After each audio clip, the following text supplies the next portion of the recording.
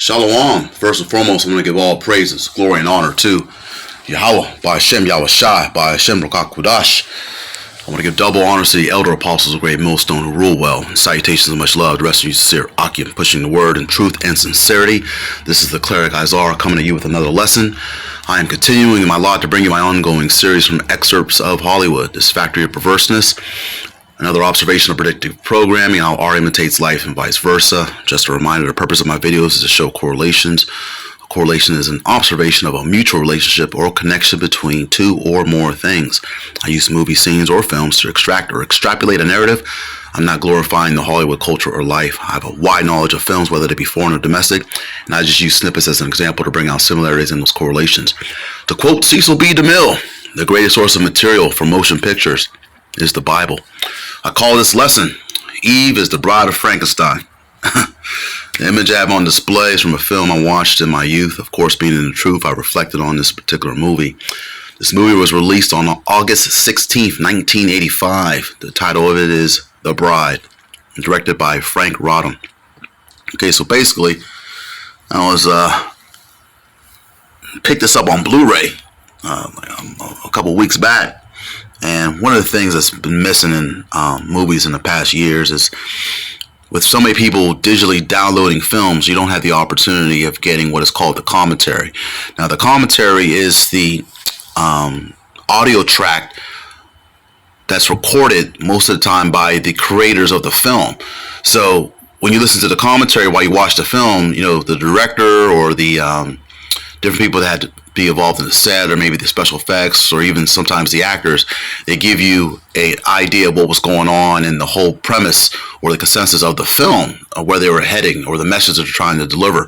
So I'm watching one of the commentary features, and the director, Frank Rodham, was going into the fact that he was trying to do a remake of The Bride of Frankenstein, but he was trying to include feminism in it. So feminism is a really strong theme in this particular film. Okay, and so basically, if you don't have an idea of the Bride of Frankenstein story, basically, and let me just clear this up real quick because I had a problem with this when I was younger. Frankenstein is the monster or the creature. Okay, that's the creation of Dr. Frankenstein.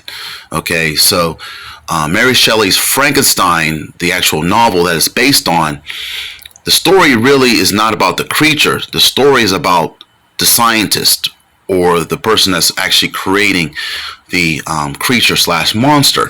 Now, in this particular film, Sting from Police fame, I'm not sure if any of you younger cats are familiar with it. I know you probably remember him singing the song "I'll Be Missing You" with Puff Daddy for after the Notorious B.I.G. was killed.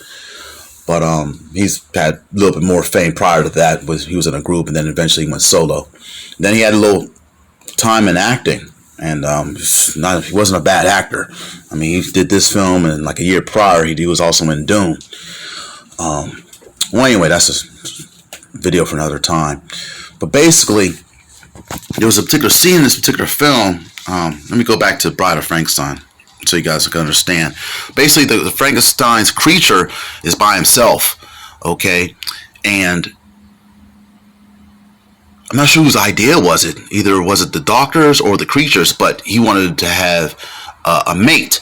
So just like in the book of Genesis where the Most High saw that Adam was by himself and that he needed to help me, the same thing happens in this particular story for the Bride of Frankenstein. The doctor or the professor creates a female version of the creature for the creature, okay? And in the original black and white version, and as well as this version, the same thing happens. The Bride of Frankenstein is created, and like once she wakes up and she's looking around, she sees the doctor, she sees the assistants, but once she sees the creature, she screams, okay? And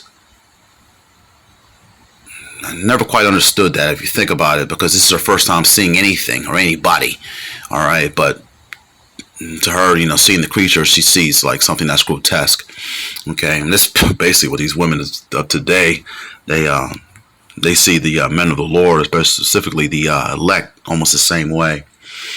Okay, but anyway, back to this film.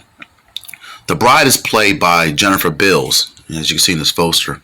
Some of you younger cast will remember her from the Book of Eli. She played the blind chick that eventually got the Braille Bible at the end. Okay, and believe it or not, she's a Jake. Her father is a Judite, and I think her mother is a Edomite. Okay, and I didn't know this. But yeah, she's a Jake. I wouldn't be surprised if the Hughes brothers specifically cast her in that film, Book of Eli, because of that reason. Because in the end, she ends up getting the Braille Bible. Okay, and it was actually an Edomite that was trying to get it, but he didn't know it was Braille. I probably need to do a video on that. But back to the subject at hand. Back to this film. So anyway, the creature or the monster destroys the laboratory and escapes away from the castle of Frankenstein. And so eventually, Dr. Frankenstein, played by Sting here, he basically falls in love with the bride. He wants her all to himself. Okay, and he's trying to teach her, he's trying to control her and so forth. And she's oh my goodness, talk about back talk about her behavior. It's just like the behavior of the women of today. And back when I was only 10 years old when this film came out, feminism still wasn't necessarily a new thing. I mean, it was getting its wheels. It was getting more of its how should I say? It was getting more of its traction around, late 70s, early 80s. We didn't see it as much of a problem back then. As if anything, a lot of the simps, including myself, we kind of thought that, women should have their own rights and so forth. But once you learn the truth, it's like, hey, these women are our possessions. These women are ours. And this woman was literally created in this fictional story, and she still feels as though she had some type of independence. It's like, whoa. So anyway, she didn't really know she was created by Dr. Frankenstein. He basically had lied to her and said that she was just found in the field, and she lost her memory, and he just brought her to the castle and took care of her. But this chick was just so unappreciative, had no gratitude whatsoever, still wanted to know where she came from, which I kind of understand. But anyway, when he was trying to teach her, she had this one scene where she goes,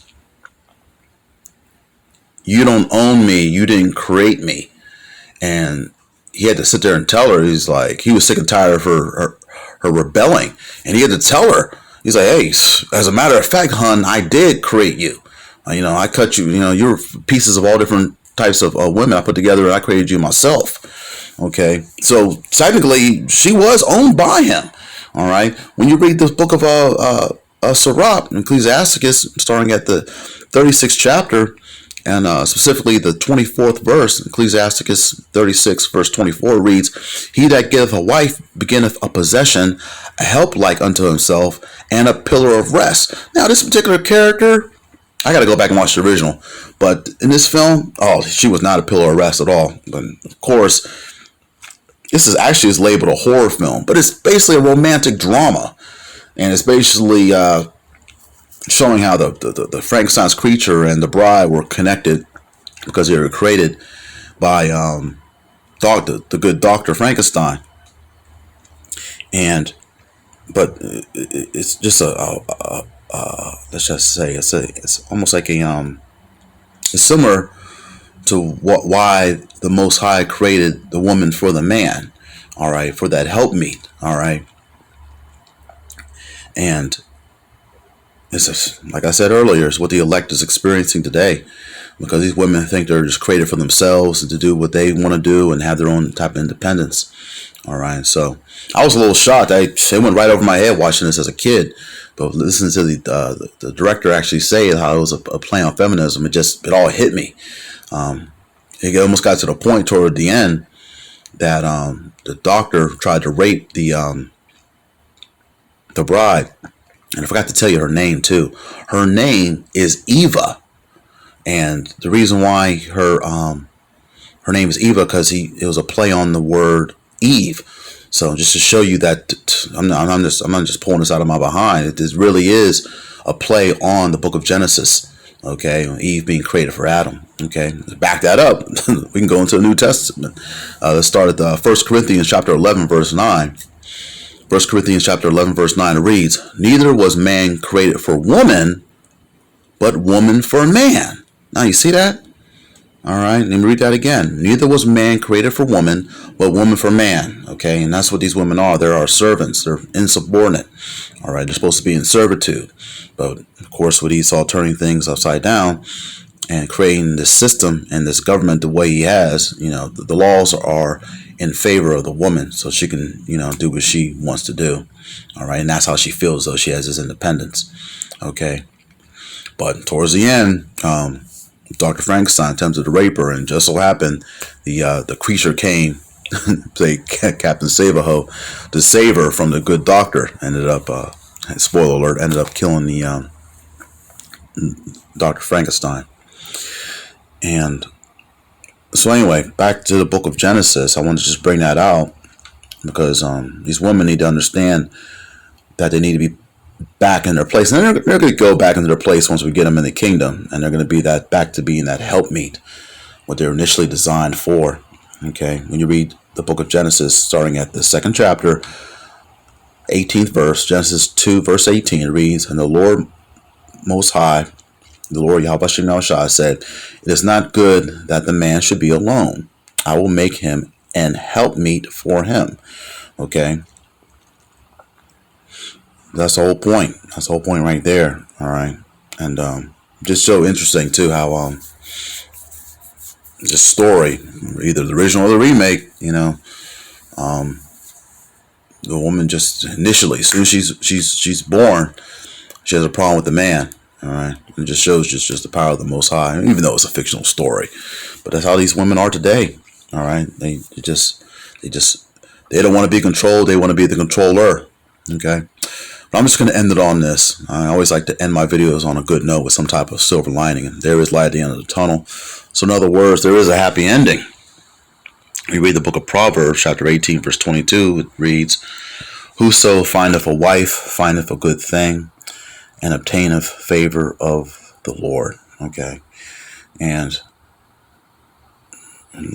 most of these women on this side aren't going to be that good thing. And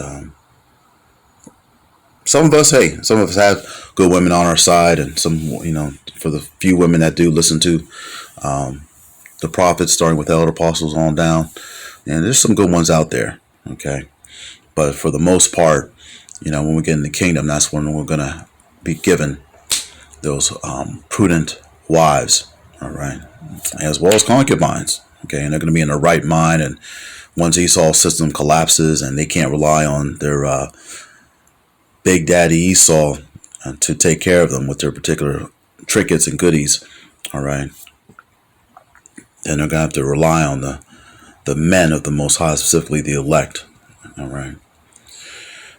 Okay, well, I just wanted to share that. I just was watching this film, and I just couldn't believe that. Well, I do believe just the fact of how feminism played on this film. If you want to check this film out yourself, you can check it out on Amazon. It's available for download. If you want to listen to the commentary, you're going to have to actually purchase it or rent it somehow through Netflix. And, just Lord willing, this lesson was edifying. I want to give all praise to Yahweh Shem Yahushua, who gives me the strength in the spirit to continue to strive and endure in these last days. Shalom to the hopeful elect. And on to the next video.